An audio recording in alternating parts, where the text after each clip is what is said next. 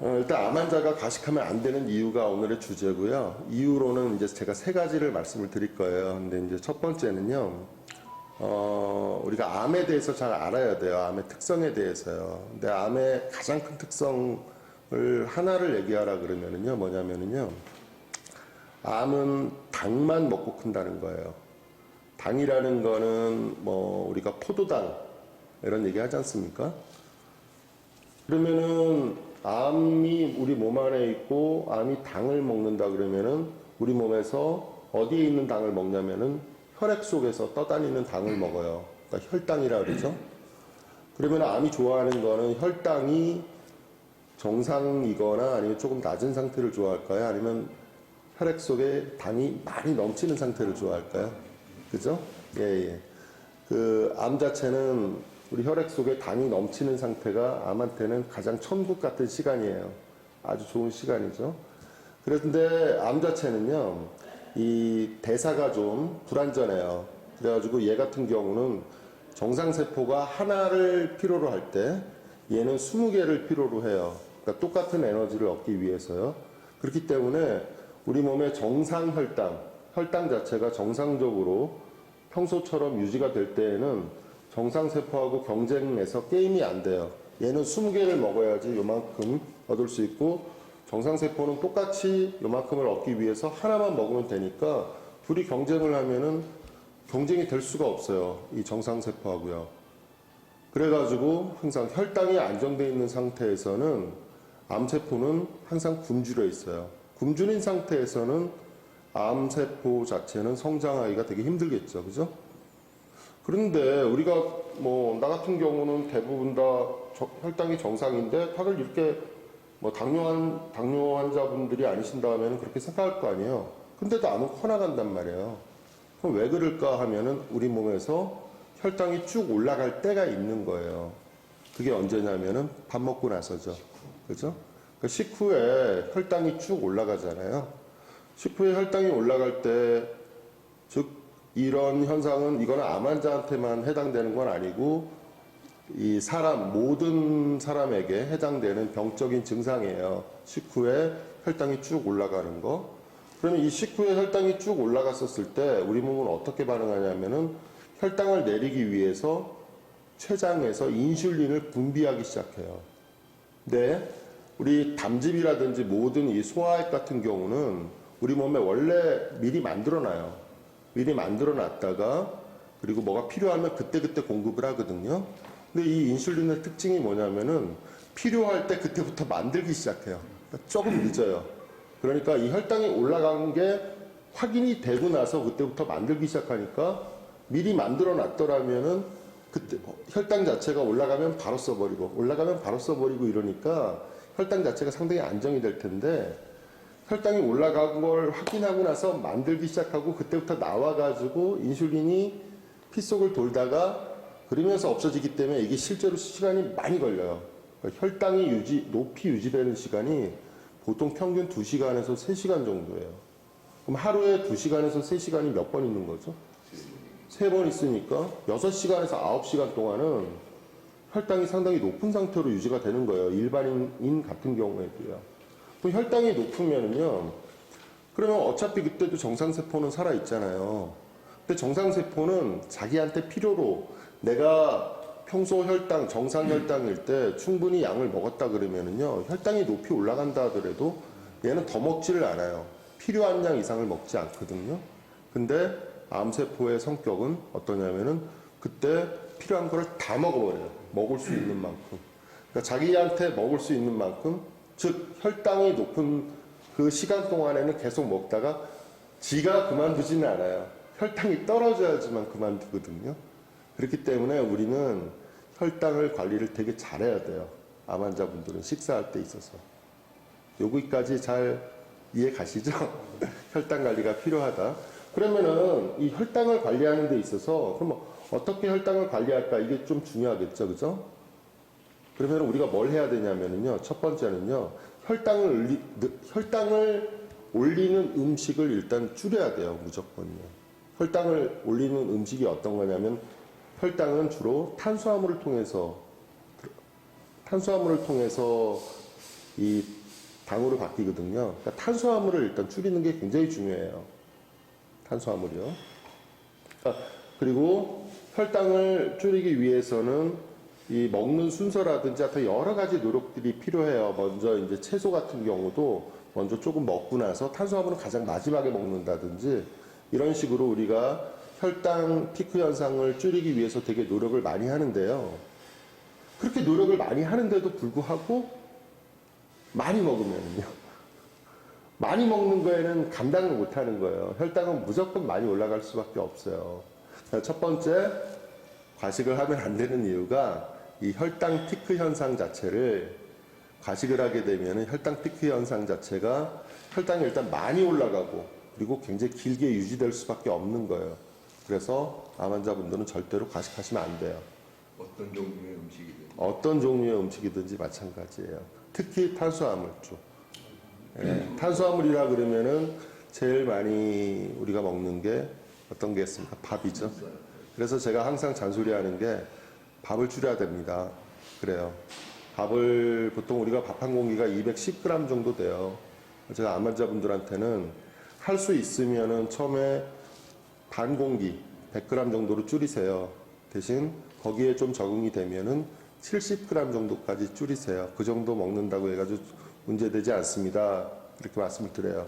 근데 탄수화물 같은 경우는 그럼 탄수화물을 안 먹으면은 문제가 되지 않아요. 그러는데 우리 모든 음식에는 다 탄수화물이 들어가 있어요. 야채에도 한 20%, 30%다 들어가 있고 탄수화물이 모자랄 일은 별로 없어요. 항상 탄수화물이 넘쳐서 문제지.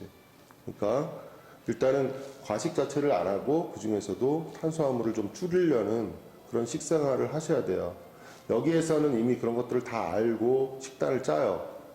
그렇지만 뭐 탄수화물이 너무 없어도 안 되기 때문에 여러 가지로 이렇게 예외를 두고 그러니까 여기 차가원에 계실 때는 주는 대로 드시면 돼요. 대신 과식만 안 하시면 돼요. 예. 탄수화물에 잡곡밥하고 흰밥하고 했을 때 그것도 마찬가지죠. 같은 50g이라면 같은 양의 탄수화물이 있다고 봐요? 잡곡 같은 경우는 여러 가지 그러니까 현미라든지요. 그런 것들은 같은 탄수화물이 있더라도요. 그걸 당질 지수라고 하는데요. 우리 몸에 당으로 바뀌는 양하고 그다음에 속도가 좀 느려요, 더. 현미 같은 경우. 그러니까 탄수화물이 똑같이 50% 예를 들어 있다 하더라도 이게 당으로 바뀌어야지만 혈당으로 올라가잖아요. 근데 당으로 바뀌는 그 정도가 조금 현미라든지 잡곡밥을 같이 먹으면 느려지고 그 다음에 양도 줄어들어요. 그래가지고 우리가 공부를 좀 더 하실 때는 당질 지수라고 인터넷에 한번 검색을 해보시면은요, 음식들마다 당질 지수라고 이렇게 숫자로 표시가 돼 있어요. 근데 보통 한 당질 지수 한 50 이하의 음식들을 먹는 게 좋아요. 그리고 이제 맞지 않던데. 안내서에 나온 것 같아요. 네네 거기에 있어요. 한번 좀 보시고요. 네, 50 보통 60까지 60 이상은 먹지 말라 이렇게 얘기를 해요. 근데 이게 사실 보면 현실에서는 잘 좀 안 맞기는 해요. 현실에서 그러니까 이거대로 똑같이 할 수는 없어요. 그러니까 제가 지금 오늘 드리는 말씀은 그 원칙을 아시고 응용하는 거예요. 그리고 모르면은 물어보는 거예요. 예, 그렇게 좀. 마찬가지겠네요. 네? 고기도 마찬가지예요. 고기는 이제 직접적인 탄수화물하고는 영향이 없으니까요. 대신 이제 과식하게 되면 고기는 다른 문제들이 생겨요. 제가 지금 할 거예요. 두 번째 과식을 하면 안 되는 이유는요. 지금 고기 가지고 얘기를 할게요. 우리가 암에 걸렸다고 해가지고요. 우리가 군대를 가요. 근데 누가 다쳐요. 누가 다치면 얘를 계속 일을 시키나요? 그렇지 않죠. 잠깐 무대에 가서 좀 쉬게 한다든지 이렇게 하죠. 근데 우리 몸은요, 내가 어떤 장기에 암이 걸렸어요. 근데 이 암에 걸렸다고 해가지고 얘를 쉬게 합니까? 내 간에 암이 좀 생겼다고 해가지고 내 간이 너 지금부터 열해 이렇게 될 수가 없죠. 내 위에 암이 좀 생겼다고 해서 너 위 지금부터 놀아. 대신 저 췌장이 위가 하는 일을 대신할 거야 이럴 수가 없어요. 그죠? 그러니까 우리 몸은 암에 걸린 우리 몸은 암과의 치열한 싸움이 우리는 모르지만 계속해서 벌어지고 있어요. 특히 암에 걸린 장기는 암과의 최전방에서 전투가 항상 벌어지고 있어요. 장기로 봐서는요, 이 암은 상처예요. 그리고 내가 예를 들어서 뭐 위가 간이라고 해요. 간이 있는데 간에 뭐 1cm짜리 암이 있어요. 1cm짜리 암 가지고도 1기가 될 수도 있고 4기가 될 수도 있어요. 근데 가만히 따져보면은 예를 들어 4기라 하더라도 그 간 전체의 정상세포가 훨씬 더 많이 남아 있습니까? 아니면은 암세포가 훨씬 더 많이 남아 있습니까? 거의 대부분 정상세포예요. 암세포는 사실 아주 조금밖에 없는데도 불구하고 우리가 뭐 4기, 말기 이렇게 되는데요. 이 우리 장기들은요, 이 장기의 입장에서 암은 상처예요, 상처. 그리고 이 장기는 스스로 살아남기 위해서 이 암하고 끊임없는 전투를 벌려요. 이게 우리 장기의 특징이에요. 근데 이게 현대의학에서는 이런 얘기들을 잘 안 하는데 우리가 한의학 쪽에서는 이런 거에 대해서 각 장기마다 장부라 그러죠. 각 장기마다 기운이 있다 그러죠. 그래서 위의 기운, 장의 기운, 간의 기운 뭐 이런 식으로 표현들을 다 해요. 기라는 표현을 쓰거든요. 근데 제가 현장에서 경험을 해보면 우리 각 장기들은 실제로 엄청난 싸움들을 해요. 예를 들어서 우리가 뭐 이게 암뿐만 아니라 위염이 있다고 해요. 그럼 위염을 가장 빨리 고치는 방법은 뭐라고 생각하세요? 병원에서 약을 먹는다? 약을 먹으면은 위염의 증상이 없어지지 고쳐지진 않죠. 위염만 가지고도 우리는 평생을 약을 먹어야 돼요. 실제로 현실이 그래요. 위염을 고치는 가장 빠른 방법은 밥을 안 먹는 거예요. 우리 동물들이 상처를 입거나 그랬을 때 거의 며칠을 굶는 경우가 많아요. 몸을 되게 쉬게 하는 거예요. 휴식을 주는 거예요. 위염 같은 경우도 안 먹으면 죽지 않을 정도로만 소화가 잘 되게, 그러니까 위를 편안하게 만들면 살 수 있어요. 좋아져요. 한두 달만. 근데 그것조차를 안 하죠. 왜? 약이 있으니까 약을 먹으면서 계속해서 배불리 먹죠.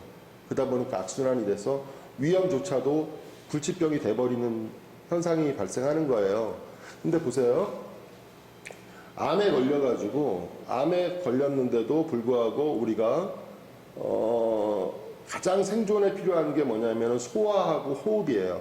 소화하지 않고 음식물을 먹지 않으면 죽으니까. 그다음 호흡하지 않으면 죽으니까. 그죠?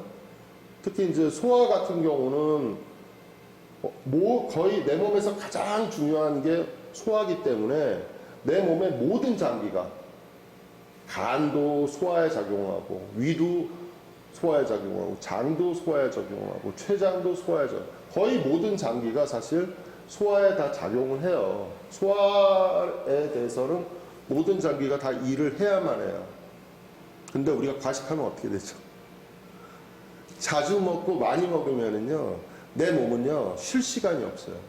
끊임없이 이 소화에 대해서 차출당해야 돼요. 나는 부상병인데, 나는 한창 지금 암하고 싸워야 되는데, 여기 소화해야 돼. 그러면 또 거기 가서 일해야 돼요. 암하고 싸워야 되는데. 이런 현상이 끊임없이 발생을 하는 거예요. 그래서 과식하지 말라는 거예요. 우리 몸은요, 스스로 치유할 수 있는 힘이 있어요. 근데 그럴 만한 여유를 안 주는 거예요. 우리 장기는 스스로 암하고 싸울 수 있는 힘이 있어요. 근데도 우리는 항상 여유를 주지 않아요. 암이 푹 쉬어야 돼요. 아니, 암에 걸린 장기는요, 푹 쉬어야 돼요. 그게 제일 중요해요. 엄청나게 중요한 겁니다. 이게 단순히 과식이 아니에요. 그럼 한번 거꾸로 생각해 보세요. 예를 들어서 내가 어떤 암이다 그러면은 그 장기를 쉬게 하는 게 굉장히 중요해요. 지금은 소화가 일단 되게 중요해요. 그렇지만 내가 예를 들어 폐암이다. 그럼 잘 생각해 봐야 돼요. 폐를 가장 쉽게 편안하게 해줄 수 있는 거는 뭘까? 이런 식으로요. 폐가 그러면 힘들어하는 건 뭐죠? 헐떡거리는 거죠. 그죠? 그럼 헐떡거리면 안 되는 거예요. 폐를 놀라게 하면 안 되겠죠. 찬바람 같은 거 갑자기 쐬고 이렇게 하시면 안 되는 거예요. 또 어떤 암을 해볼까요? 간암 한번 얘기해 볼까요? 간암 같은 경우는 간이 좀 쉬어야 되겠죠. 암을 이겨내려고 그러면. 그럼 간을 일을 많이 시키면 안 되겠죠. 간을 제일 많이 일시키는 게 소화하고 약들이에요. 독성 물질을 해결하는 게 얘한테는 가장 중요한 일이거든요. 그러니까 뭐 그렇고 그 다음에 또 뭐가 있을까요? 하여튼 모든 암 종류별로 한번 생각을 해보셔야 돼요. 그래가지고 그 장기 자체를 굉장히 쉬게 만들어주는 게 휴식을 줘서 장기 스스로의 체력이 강해져가지고 장기에 있는 암하고 잘 싸울 수 있도록 우린 도와줘야 되는데 밥을 많이 먹으면요 이게 될 수가 없어요. 너무 자주 먹으면. 그래서 제가 성공하시는 분들의 특성이 어떠냐면요 무조건 살이 빠져요. 한두 달 내로. 그러니까 어떤 분들하고 이제 얘기를 해요. 굉장히 열심히 하신대요. 제가 이제 이렇게 하시라 저렇게 하시라 이렇게 조언을 드렸을 거 아닙니까? 그래가지고 한두 달 정도 돼가지고 이제 예를 들어 통화할 기회가 있으면은 선생님은 뭐 되게 잘 하신대요. 그럼 제가 몸무게를 물어봐요. 살은 좀 살은 안 빠졌고요. 되게 열심히 하세요. 그럼 뭔가 잘못된 거예요. 무조건 살이 빠져요. 왜냐하면 과식을 안 해야 되죠. 그리고 살찌는 음식, 탄수화물도 아까 줄여야 되죠. 이러면 살이 안 빠질 수가 없어요. 살이 안 빠지는 식사 관리, 그 다음에 자연 치유 노력은 이 세상에 없어요. 암 환자분들은 살 빠지는 걸 제일 두려워하세요. 혹시 암 때문에 빠지는 거 아닐까? 암 때문에 빠지는 거는요, 먹어도 내 몸에 소화 영양분으로 흡수가 안 돼가지고 빠지는 살이에요. 그런 분들은 나중에 보시면은요, 이 근육 자체가 없는 거예요. 그건 정말 악액질 상태, 마지막 말기 정도 되는 상황이지, 실제로 암 환자분들 그렇게 살 안 빠지세요. 그리고 이렇게 내가 자연치유 노력을 해서 살이 좀 빠지잖아요. 이런 분들 살이 너무 빠지잖아요. 걱정되잖아요. 그러면 한 끼만 제대로 먹어도 2kg는 쪄요. 하루에요. 금방 쪄요. 그러니까 살 빠지는 걸 걱정하면 안 돼요. 처음에요. 그리고 살은요. 처음에 자연치유 노력들 이렇게 음식 같은 거 조절하시고 좋은 공기에서 운동하시고 이러시다 보면은요. 살이 빠지다가 계속 빠지지 않아요. 어느 순간에 이렇게 쭉 보통 보면 어떤 분들은 한 달, 어떤 분들은 2달 정도 이렇게 쭉 빠지다가 딱 멈춰요. 그때 대부분이 그때 몸무게가 어느 정도 되냐면 어떤 분은 그게 한 10몇 킬로일 수도 있고 어떤 분은 5킬로일 수도 있어요. 근데 그때 몸무게가 자기 전성기 때 몸무게예요. 대부분 다. 20대 초반에 어느 정도 몸무게였었어요. 그러면 그때하고 비슷하더라고요. 그러니까 우리가 여태까지 너무 과잉 영양분 속에서 살았던 거예요. 그러니까 살 빠지는 거 절대로 걱정하지 마시고 살이 찌려고 노력할 필요도 없어요. 걱정하실 필요 없어요. 처음에 살은 무조건 빠집니다. 그리고 빠져야만 합니다. 그리고 살이 빠지고 나서부터는 몸이 급속도로 좋아져요. 그거는 뭐 제가 항상 책으로 한번 또 쓸 거예요. 그렇고요. 그러니까 제가 오늘 2가지 얘기했어요. 지금요. 이제 마지막 하나 남았고요. 첫 번째는 과식하면 안 되는 이유가 혈당, 식후의 혈당 자체를 관리해야 되는데 과식을 하면 이게 감당이 안 되니까. 그다음 두 번째는 우리 몸 자체가 우리 장기가 편안하게 우리 몸이 편안하게 쉬어야 되는데 자꾸 음식을 먹으면 우리 몸이 쉬지를 못하고 암에 걸린 장기가 쉬지를 못하는 거예요. 암하고 싸울 시간, 암하고 싸워야 되는 체력 자체를 항상 소화하는 데 끌고 가서 쓰다 보니까 이런 현상들이 발생하는 거예요.